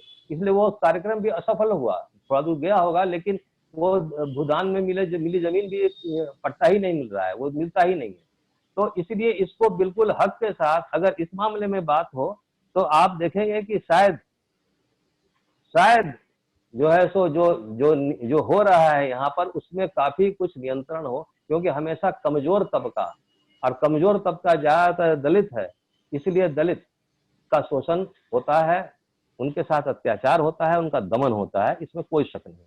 तो उनको कैसे जो है सो हम माने कि एक इतने जो हमारा संविधान भी कहता है लोक कल्याणकारी, माने कि कहता है अपने आप को ये, तो उस मामले में यह कैसे जो है सो एक जो सबसे अंतिम में खड़ा है, उसके लिए उसने कौन सा अधिकार दिया नहीं दिया, उसकी रक्षा का सवाल नहीं है, बराबरी का सवाल है। जब बराबरी में हम आएंगे तो मेरी रक्षा खुद हो जाएगी। हम बराबरी के साथ कभी भी लड़ने नहीं जाते हैं, हम हमेशा वहां लड़ने जाते हैं जो कमजोर होता है, जाहिर तौर पर ये बात है। और इसको समझने में एक बात यह है 1900, जैसे कि आप इसलिए ये एक बहुत इस पर बहुत डिबेट होनी चाहिए। ये हाथरस वाला जो कांड है, इस कांड को लेकर के जिस तरह से सचमुच पोलराइज करने में वो सफल हो रहे हैं, इस तरह के लगातार कांड, एक वही नहीं हुआ, बलरामपुर है, फिर और कई नाम सामने आ रहे हैं, मध्य प्रदेश में कई 3 घटनाएं घटी हैं, कहाँ झारखंड में रोज घटनाएं घट रही हैं। उन जानबूझकर जैसे ये चल रहा है, एक मुहिम के तहत इसे चलाया जा रहा है। ये कोई खाली कोई ऐसा नहीं कि अपराधी कर रहे हैं, ये बिल्कुल उनके एजेंडे, फांसीवादी एजेंडे के तहत ये हो रहा है। हम तो यह कहेंगे ये फांसीवादी एजेंडे के तहत हो रहा है, इसको आप एक्सपोज कीजिए कि कैसे यह हो रहा है। लेकिन आपके पास कुछ है नहीं, सारी चीजों पर उनका हक है। जैसे कि आप देखते हैं कि आपके पास प्रेस नहीं है, मीडिया उनके पास है, आप कहेंगे कहाँ, अखबार उनके पास है, उनके पास जो है सो आज ऐसी स्थिति आ गई है कि धीरे धीरे साहित्य में भी जो है सो बहुत सारे लोग चुप्पी साधने लगे हैं, इसमें कोई शक नहीं, वो नहीं बोलने लगे हैं, चुप होने लगे हैं। ऐसी बात है कि फिल्म, जो भी माध्यम है, आप फिल्म में देखिए, अभी जो फिल्म को में जो ये एक वो जो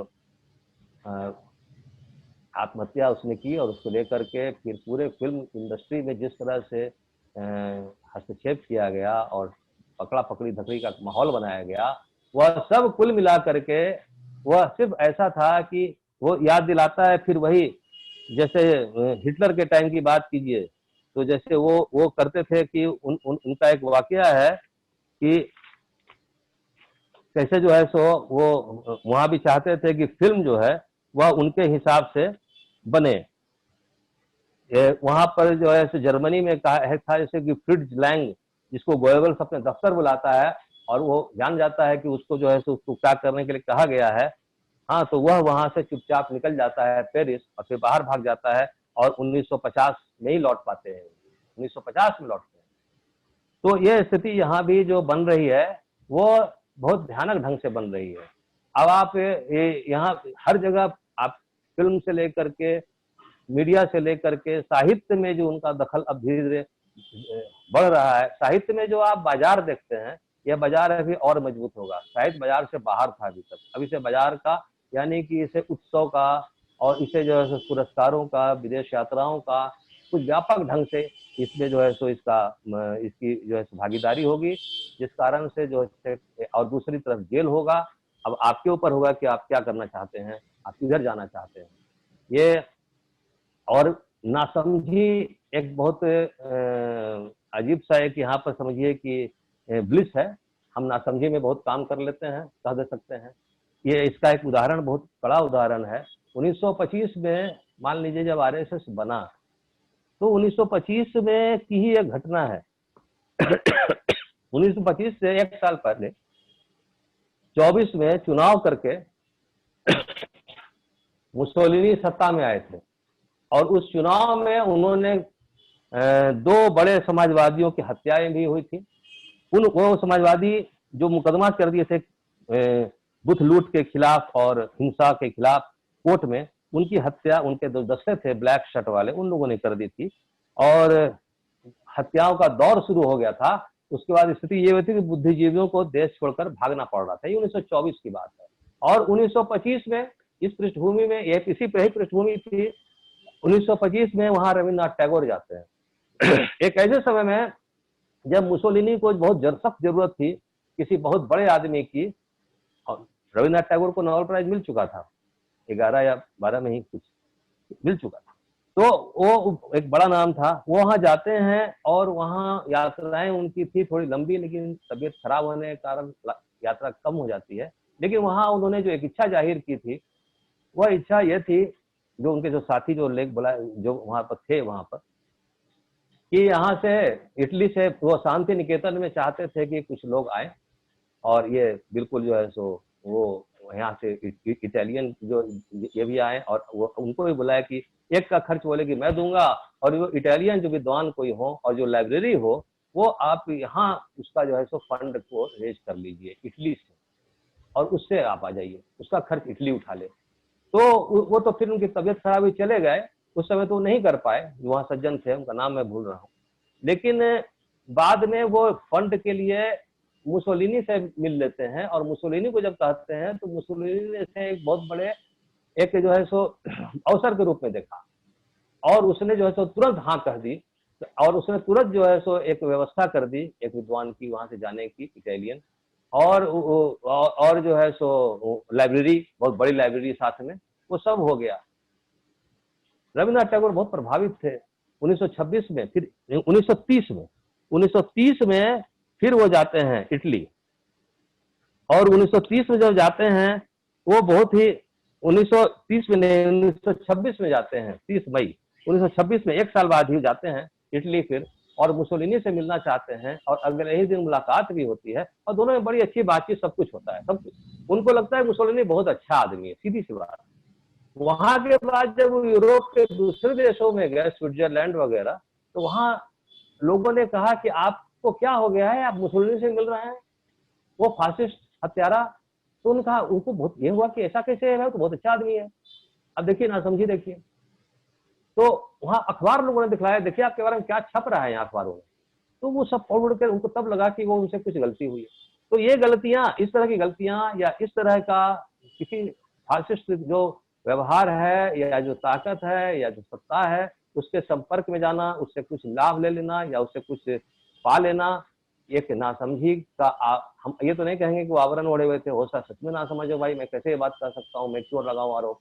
लेकिन एक ये चीज है कि इस चीज को तभी इससे हम बच सकते हैं जब हम तमाम घटनाओं को उसके पूरे ओवरऑल उसके परस्पेक्ट में देखें, तब जाकर के हमें बात समझ में आएगी कि वो क्या मतलब कि कैसे फांसीवाद काम कर रहा है। ये आप हाथरस के घटना पर देख सकते हैं। और इस पर लगातार बात होनी चाहिए कि यह कोई अपराधियों का नहीं, क्योंकि वह जो आदमी था, कौन नाम था, उसकी तस्वीर हमने कहीं किसी ने छापी थी, अब मीडिया में उसमें लगाया था कहीं, जोगी जो मुख्यमंत्री के साथ।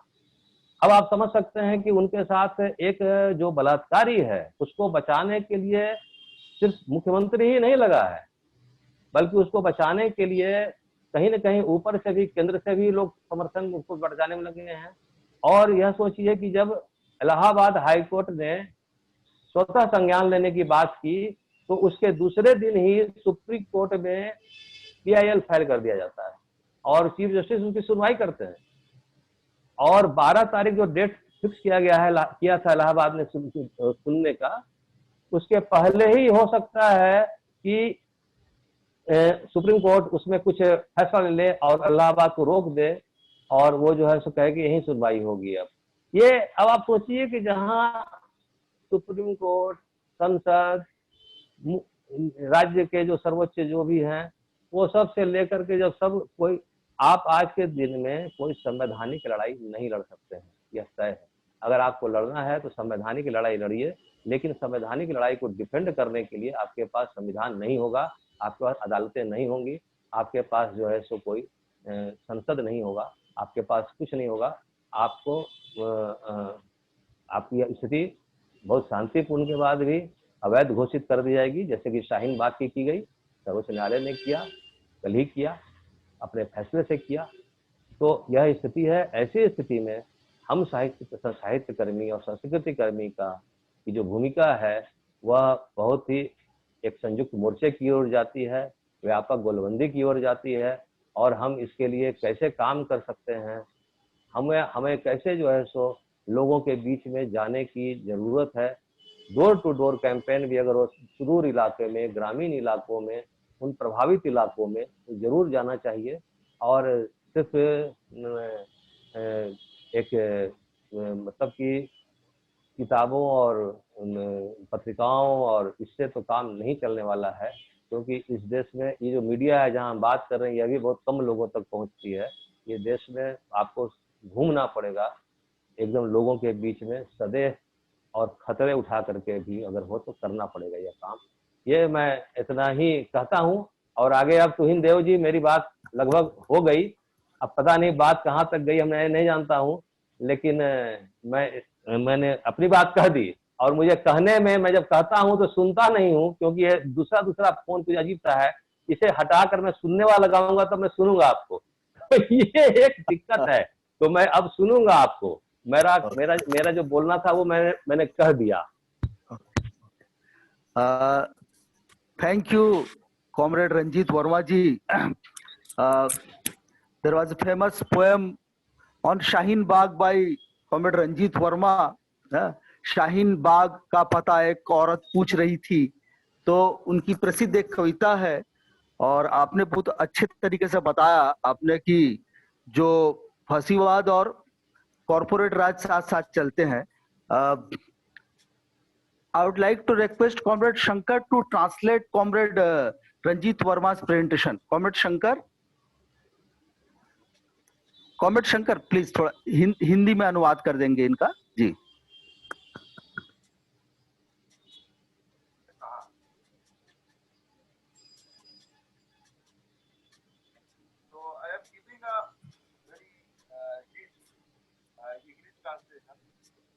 थोड़ा ऊंची आवाज में बोलिए, ऊंची आवाज में, थोड़ा आवाज।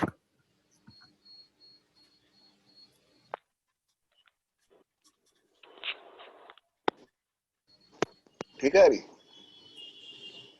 कॉमरेड तुहिन ठीक है तो? हाँ कॉमरेड ठीक है, please. I am giving an English translation what comrade said. The gist, the comrade said that I am grateful that you called me here, and I have heard about Ram Puniani ji, and I respect him that, and I am happy that today I have participated in this webinar with him. Now, Comrade Tuhin said that today it is a birthday of two great persons. But I like to mention the name of the third person here. That is, he is Jayaprakash Narayan.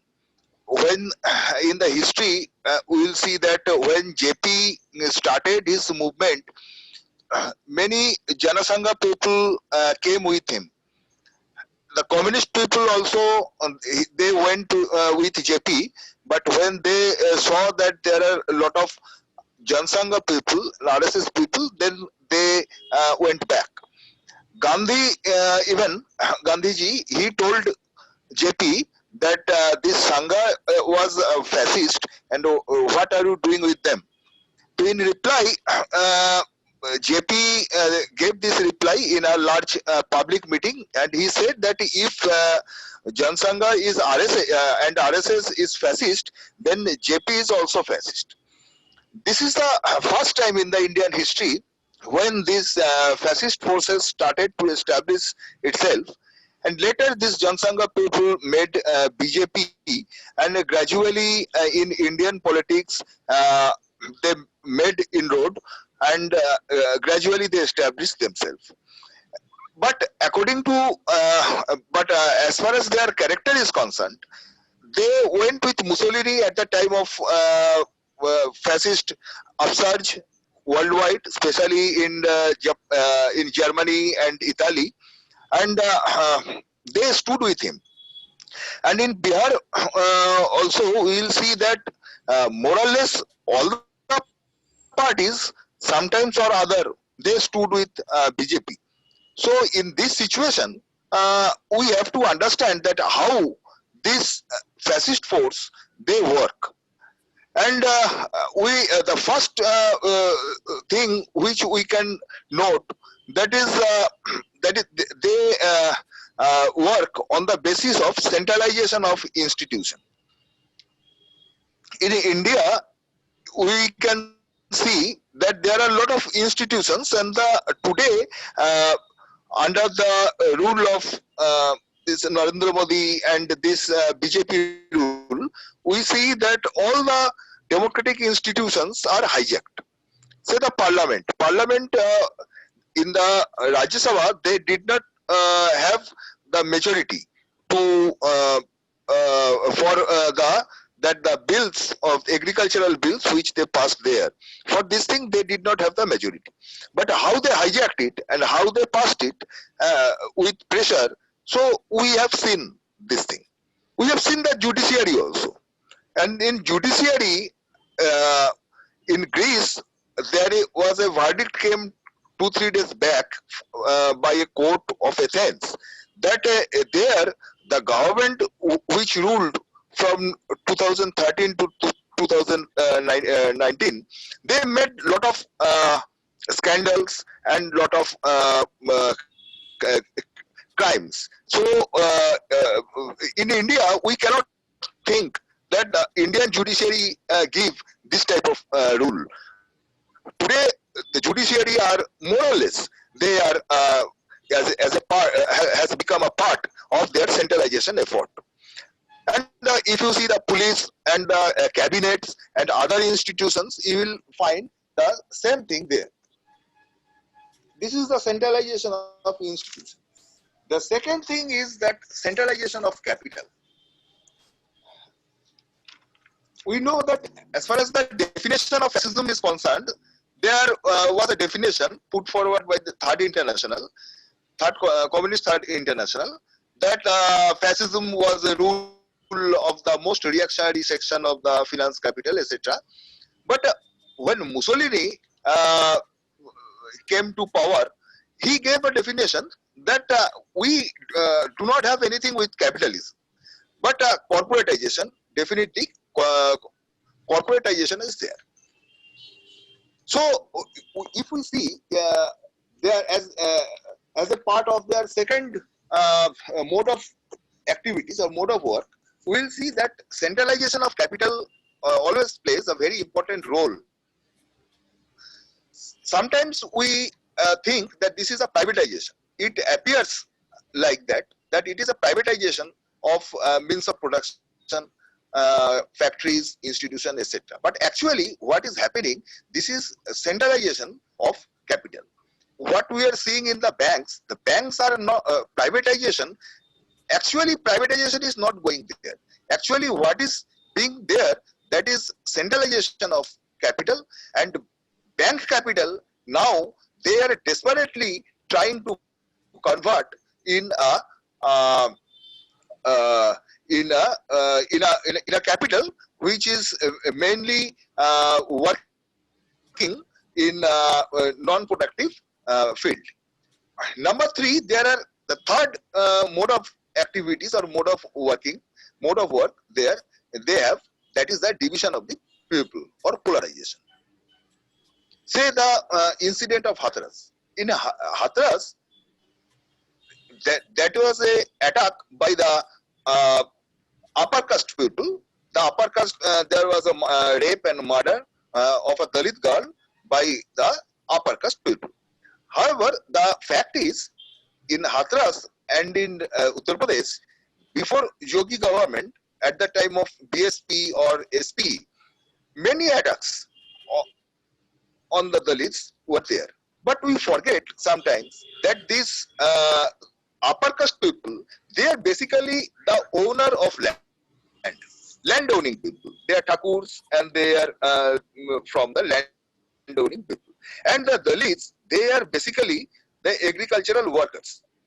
They are the toiling masses. So the contradiction basically is the land-owning people and the toiling masses, the agricultural workers. So there was a time when distribution of land was being discussed. But nowadays, we have to raise once again this discussion and this demand that land has to be distributed. If land is distributed properly, then the power of this land owning people, these Thakurs and all, that will be restricted and reduced in a significant manner.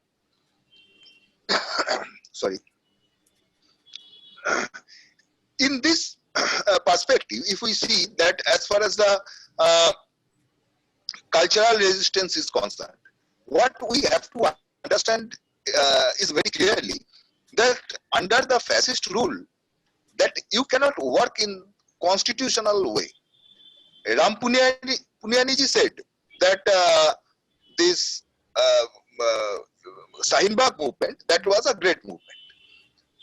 That was a movement fully constitutional, and they maintained the laws and etc., constitution, etc. But yesterday, the verdict of Supreme Court came when Supreme Court said that no one can sit on the street for the unlimited time. So this is not constitutional.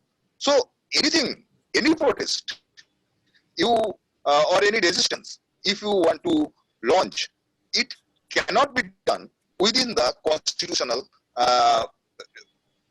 boundary, because constitution, the institution, the so-called democracy of the country under the fascism, they will not support you. They will not say that your protest or your resistance is constitutional or something like that. So you have to go beyond it. You have to go out of the constitution, and you have to build struggle or resistance according to a different in a different manner. But we need to understand the danger. Danger means that fascist force, they are very much cunning and they are very much clever.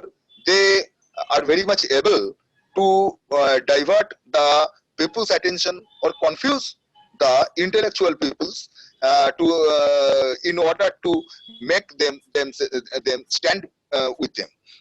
In the case of Rabindranath Tagore, when he went to Italy in 1926, in 1925 he went first time, and in 1 year back in 1924, Mussolini came to power in Italy. And after coming to the power, many intellectuals were executed. At that time, Rabindranath went, and he was talking about some help, finance for the library in Santiniketan. But the thing is that he met Mussolini in 1926, and he was very much impressed with Mussolini and his behavior. Mussolini helped Tagore and for his library in Santiniketan and all. So in this way, we will see that these intellectual people, they sometimes are misled by these fascist people. But when Rabindranath went the other side of the Europe after some time, then people said about that what you were doing with Mussolini. Mussolini is a fascist, etc. And they convinced him. They showed many evidences that what Mussolini and these fascist forces they are doing in their respective countries. So then Rabindranath understood his error. So we have to be very much careful about their cunning efforts, about to hoodwink the people, confuse the masses, etc. So here I like to conclude that we need to go beyond constitutional method to launch resistance. And as far as the cultural resistance is concerned, we have to go for a widespread propaganda among the people. So what we are doing through this webinar and other thing also, that reach is not much, but we have to go to the people. We have to reach to the people, and even to the support base of the fascist forces, the Brahmin areas and other areas which are their support base. We have to go there, taking all the risks. We have to carry on our propaganda, and for this, through this thing, we can develop a cultural resistance throughout the country. So this is the gist what Comrade said. Thank you comrade Shankar. Comrade Shankar, सवाल कुछ अभी आया है क्या? सवाल तो अभी कुछ आया नहीं है. अच्छा,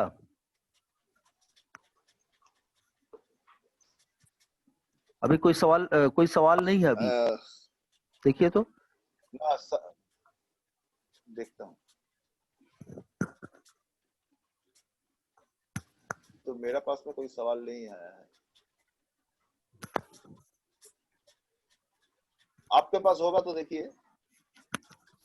मेरा तो मोबाइल पे है ना, तो उसमें वो नहीं दिखता. अगर कोई व्हाट्सएप में भेजेगा तो लैपटॉप उस पर नहीं दिख रहा है क्या?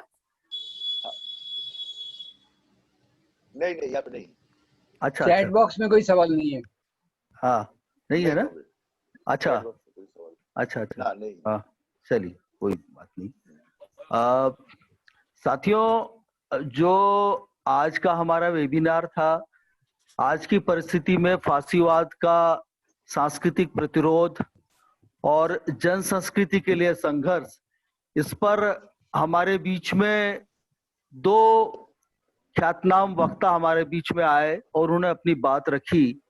हमारे बीच में डॉक्टर राम पुनियानी ने, आप सारे साथी परिचित हैं राम पुनियानी जी से, और उन्होंने भारत में जिस फासीवाद का जो उद्भव हुआ या सांप्रदायिकता धर्म का सहारा लेकर जिस तरीके से ब्रिटिश साम्राज्यवाद की एक प्रेरणा कहिए, मुस्लिम लीग और पहले हिंदू महासभा, उसके बाद राष्ट्रीय स्वयंसेवक संघ का गठन हुआ, और उसमें राष्ट्रीय स्वयंसेवक संघ ने जिस तरीके से आर्य नस्ल की श्रेष्ठता और उसके साथ जाति व्यवस्था, जो हिंसक जाति व्यवस्था है, और एक हिंदू राष्ट्र की सोच को लेकर ये आगे बढ़े. ब्रिटिश साम्राज्यवाद के सामने ये पूरा नतमस्तक थे. भारत के स्वतंत्रता संग्राम में इनका कोई योगदान नहीं था. इनका कोई ऐसा कोई व्यक्तित्व, कोई इनका उदाहरण नहीं है जो साम्राज्यवाद के खिलाफ लड़ा हो. और लगातार ये जनता के बीच में नफरत पैदा करते गए. इन्होंने देश का विभाजन धर्म के आधार पर हो, ये लगातार उसके लिए इन्होंने प्रयास किया. जितने सारे दंगे हुए उनके पीछे इनका हाथ, प्रेरणा, सहयोग हर तरीके से ये लगा रहा. और जैसा कि इन्होंने कहा कि सन 47 में एक संप्रभुता संपन्न धर्मनिरपेक्ष गणराज्य बनने के बाद भी ये भारत के संविधान को इन्होंने स्वीकार नहीं किया. सदा ही ये मनुस्मृति को लागू करने की बात कहते रहे. ये कहते रहे कि ये पश्चिमी मूल्यों पर आधारित है हमारा संविधान, और इन्होंने कभी भी जनवाद या प्रजातंत्र, लोकतंत्र, धर्मनिरपेक्षता, मनुष्य मनुष्य के बीच समानता, स्त्री पुरुष समानता, ये जाति व्यवस्था का उन्मूलन कभी भी इनके एजेंडा में नहीं रहा। ये सारे प्रतिक्रियाशील सोच ये एक विषबेल के रूप में ये पैदा करते रहे, इनके शाखाएं बने। उन्होंने बहुत अच्छे ढंग से बताया कि शाखाओं, राष्ट्रीय स्वयंसेवक ने कैसे शाखाएं बनाए, कैसे सरस्वती शिशु मंदिर की स्थापना करके ये आगे बढ़ते रहे। दूसरी तरफ साम्राज्यवाद विरोधी जो हमारा आंदोलन में उन्होंने बताया कि शहीद आजम भगत सिंह के नेतृत्व में जो हिंदुस्तान समाज सोशलिस्ट रिपब्लिकन एसोसिएशन, उसकी एक महत्वपूर्ण धारा, जबरदस्त धारा थी, उल्लेखनीय धारा। दूसरी तरफ महात्मा गांधी के नेतृत्व में साम्राज्यवाद विरोधी संघर्ष की जो परंपरा थी, और तीसरा बाबा साहब अंबेडकर के नेतृत्व में जो सामाजिक असमानता, सामाजिक कुरीतियां जिसमें जाति भेद और जो दलित स्त्री मुक्ति का सवाल और अंधविश्वास और कट्टर धार्मिक परंपराओं के खिलाफ संघर्ष था, ये सारी चीजें साथ साथ बढ़ती रही और आरएसएस ने इसका पूरा विरोध किया। और सन 47 के बाद सबसे प्रमुख एक सांप्रदायिक और एक फांसीवादी संगठन के रूप में ये काम करते रहा। ये समाज के हर क्षेत्र में इसने फैलाव किया। इसकी शाखा से निकले हुए लोग आज सेना में, पुलिस में, सिविल प्रशासन में और तमाम बड़े बड़े पदों में, कार्यपालिका, न्यायपालिका में बड़े पदों में। आज ये खतरा कोई दिख नहीं रहा है, ये सामने आकर खड़ा हो गया है भीषण रूप से। तो इसके खिलाफ सांस्कृतिक प्रतिरोध चेतना के स्तर पर और हमारी जो हमारी विरासत धरोहर जो रही है, गंगा जमनी तहजीब, जो हमारी परंपरा रही है, धर्मनिरपेक्षता की परंपरा, जनवाद की परंपरा, उसको आगे बढ़ाते हुए युवाओं के बीच में इस संदेश को ले जाकर हम इनका सांस्कृतिक रूप से प्रतिरोध करें, इसके बारे में उन्होंने संदेश दिया और लगातार उस क्षेत्र में सक्रिय है। दूसरी तरफ हम देखते हैं कि रंजीत वर्मा जी ने ये कहा कि भारत में जो फांसीवाद है, ये फांसीवाद जिस तरीके से बढ़ा और 70 के दशक में जब इंदिरा तानाशाही का जो दौर आया था, उस समय उसके खिलाफ संयुक्त मोर्चा के नाम पर जो समाजवादी, तथाकथित समाजवादी एकजुट हुए और जयप्रकाश नारायण ने इनको एकजुट किया, जिनकी की आज पुण्यतिथि है, उन्होंने बताया। तो वो जयप्रकाश नारायण से लोगों ने पूछा कि भाई आप क्यों फासिस्टों के साथ में हो, संघियों के साथ? तो उन्होंने कहा अगर संघ फासिस्ट है तो फिर जयप्रकाश नारायण भी फासिस्ट है। तो इस तरीके से जो लालू प्रसाद यादव को छोड़कर बाकी सारे लोग सब ये संघ के जो थैली के लग्गू भग्गू बन गए हैं, थैली के बैंड, उनके बैंड वैगन में। आज की तारीख में ये जो समाजवाद है या फिर जो सामाजिक न्याय की बात करने वाले 70 दशक में लोग, ये सारे अधिकांश लोग का पतन हो चुका है, फांसीवाद के सामने नतमस्तक हो चुके हैं। और ये हमारे देश में जो फांसीवाद है, जो हिंदू राष्ट्र को हिंदुस्तान के बल पर ये आगे जा रहा है, इसकी वैचारिक बुनियाद जो मनुवादी, जो ब्राह्मणवादी जो हिंदुत्व है, ब्राह्मणी वर्चस्व वाला, ये पूरी तरह से कॉर्पोरेट राज के साथ हैंड टू हैंड मिलाकर आगे बढ़ रही है।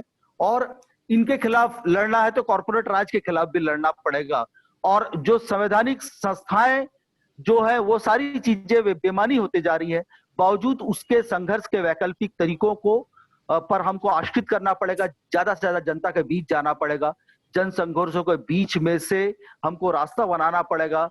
और फांसीवाद के हर दमन का जो कि दलितों, आदिवासियों, अल्पसंख्यकों, महिलाओं, हाशिए पर रहने वाले लोगों के खिलाफ हो रहा है, उसका मुंहतोड़ जवाब देना पड़ेगा। और इसमें आपने, रंजीत वर्मा जी ने कहा कि तमाम कलाकार, संस्कृति कर्मी, साहित्यकार, रंगकर्मी, जितने भी सृजनधर्मी लोग हैं, सबको एक साथ एक या तो घोषणा पत्र या फिर सांस्कृतिक प्रतिरोध के मामले पर सबको साझा सांस्कृतिक अभियान छेड़ना पड़ेगा, जहां तक मैं समझाऊं।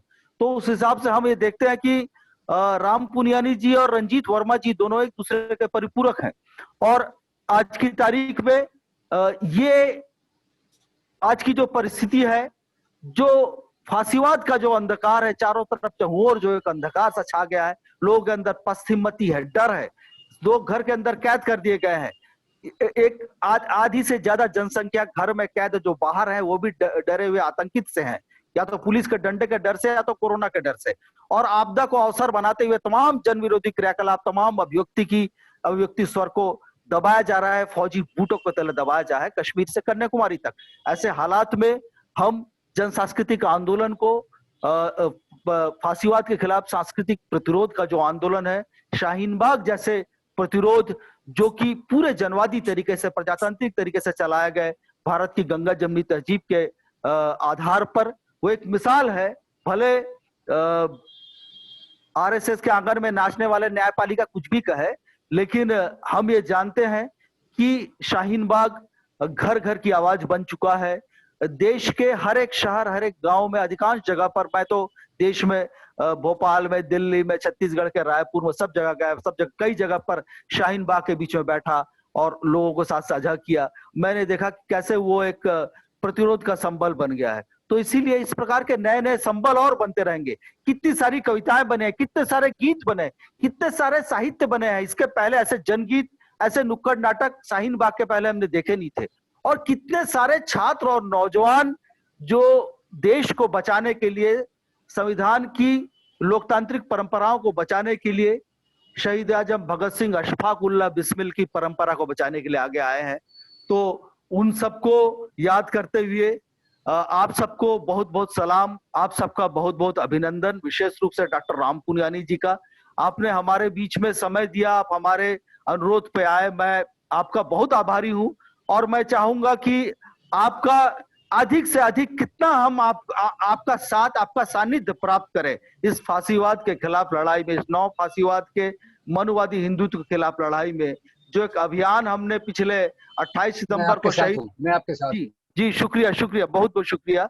हमने पिछले 28 सितंबर को क्रांतिकारी सांस्कृतिक मंच और जाति उन्मूलन आंदोलन में शहीद आजम भगत सिंह के जो पुश्तैनी गांव है पंजाब में, जो खटखड़ कला, वहां से हमने आरएसएस नौ फांसीवाद के जो वैचारिक आधार है, मनुवादी हिंदुत्व के खिलाफ एक वैचारिक अभियान की शुरुआत की है। जो महत्वपूर्ण चीजों के बारे में आपने जिक्र किया उसको लेकर।